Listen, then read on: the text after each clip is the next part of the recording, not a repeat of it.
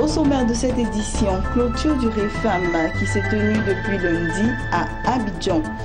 Et puis, Ethiopian Airlines achète 6 Boeing 787-8 supplémentaires pour près de 1,3 milliard de dollars. Bonsoir à tous et merci de suivre Business 24 Africain. Ouvrons ce journal par cette information.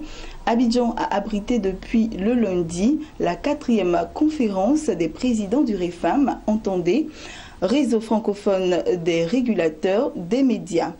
Les patrons régulateurs audiovisuels ont réfléchi 2 jours durant sur le thème « La régulation de la communication audiovisuelle à l'heure du numérique et des nouveaux médias ». L'un des temps forts de la rencontre d'Abidjan, c'est la désignation de nouveau président du REFAM. Et c'est l'Ivoirien Ibrahim Sissavané, président de la ACA, qui a été porté à la tête du REFAM. Un reportage de Noël Kao. Fraîchement désigné par ses pairs au cours de la 4e conférence des présidents du REFAM qui vient de se tenir à Abidjan, le nouveau président du réseau francophone des régulateurs des médias, l'Ivoirien Ibrahim Sissavané, a parlé de ses nouveaux chantiers. Force est de reconnaître que rares sont les pays africains, je ne dis pas qu'il n'y en a pas, qui aient reçu le basculement. Pour ma part, j'ai toujours pensé que la date du 17 juin ne pourrait pas être tenue. Mais qu'en même temps, le plus important, au-delà de cette date, c'était d'être sur la bonne trajectoire. Et de ce point de vue, quelques pays sont en avance. Et la Côte d'Ivoire, en tout cas, est sur la bonne trajectoire, même si la date butoir du 17 juin n'est pas atteinte. Concernant les nouveaux médias, le président du REFAM s'est voulu rassurant. Lorsqu'il s'agit maintenant de nouveaux médias qui parfois sont des médias, j'allais dire, dotés du don d'ubiquité, qui émettent partout et nulle part à la fois, qui n'ont pas de rédaction structurée, qui échappent donc de fait aux réglementations à l'intérieur des États. Et c'est pour cela que nous avons engagé la réflexion pour voir dans quelle mesure ces nouveaux médias-là peuvent être amenés dans un cercle vertueux qui passe évidemment par l'autorégulation, mais également aussi par une forme d'harmonisation des textes qui permettrait cette harmonisation-là de les amener dans une stratégie de régulation. Pour Sissavané, la libéralisation tant attendue en Côte d'Ivoire ne sera pas une libéralisation azimut. Une libéralisation ne peut qu'être sélective. Elle peut être large, mais sélective, parce qu'il faut tout de même qu'il y ait des critères d'inclusion parmi les opérateurs éventuels qui vont venir. Et dans la mesure où tout cela se passe par appel d'offres, il est clair que ça ne peut être que sélectif. Si vous entendez par là qu'on ne va pas distribuer les licences, que ça ne va pas être une grande braderie des zones, oui, cela doit être sélectif. Plusieurs experts du paysage audiovisuel ivoirien et international présents à ces assises d'Abidjan se sont exprimés sur le contenu de la conférence.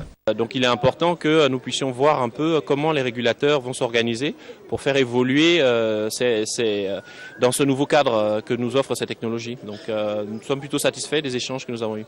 Mais déjà, ce qu'on peut ressentir, c'est l'importance de travailler en convergence, c'est-à-dire tous les États qui puissent vraiment mettre toute leur expérience et tous leurs efforts ensemble pour qu'on puisse réguler et même, on va dire, réglementer un secteur aussi complexe et aussi mouvant que le secteur des médias et le secteur, donc, en plus de cela, avec les avancées du numérique qui font qu'il y a une convergence entre les différents supports que sont ceux de la télévision numérique, que sont l'Internet, aussi le câble, le satellite. Bon, vraiment, ça fait beaucoup de choses. Le réseau francophone des régulateurs des médias a été créé à Ouagadougou le 1er juillet 2007.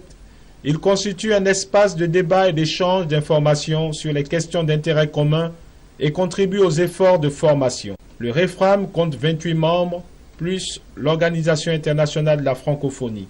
Et puis poursuivons ce journal en images. Cette fois-ci, Ethiopian Airlines a commandé 6 longs courriers de moyenne capacité Boeing 787-8 supplémentaires au prix catalogue du 787-8. La transaction annoncée au 3e jour du salon du Bourget s'élève à 1,3 milliard de dollars. La compagnie nationale éthiopienne avait été la première compagnie africaine à prendre livraison du 787-8, dernier né de chez Boeing. Elle en possède aujourd'hui 13. L'appareil représente un gros succès commercial pour Boeing qui a déjà enregistré 1105 commandes fermes, dont 283 ont été livrées. Le transporteur public éthiopien prévoit aussi de croître son chiffre d'affaires annuel à 10 milliards de dollars d'ici 10 ans et d'augmenter le nombre de ses destinations internationales de 84 à 120. Poursuivons toujours en images. Banque Al-Maghrib a exprimé récemment son inquiétude quant à l'expansion rapide des banques marocaines en Afrique, selon le Fonds monétaire international FMI. La Banque centrale du Royaume chérifien a en effet demandé à Attijari Wafa Bank, la Banque centrale populaire BCP et la Banque marocaine du commerce extérieur BMCE de freiner leur expansion en Afrique et de s'atteler à approfondir leur implantation actuelle et ce, en consolidant leurs opérations dans les 22 marchés africains où elles sont déjà présentes. L'institution financière multilatérale a précisé que la Banque centrale marocaine redoute une transmission des risques macro-financiers qui pourraient venir des pays africains où les marchés sont sous-réglementés et les risques de non-remboursement des prêts demeurent élevés. Voilà, c'est ici que nous terminons ce temps d'information. Bonne suite de programme sur Business 24 Africa.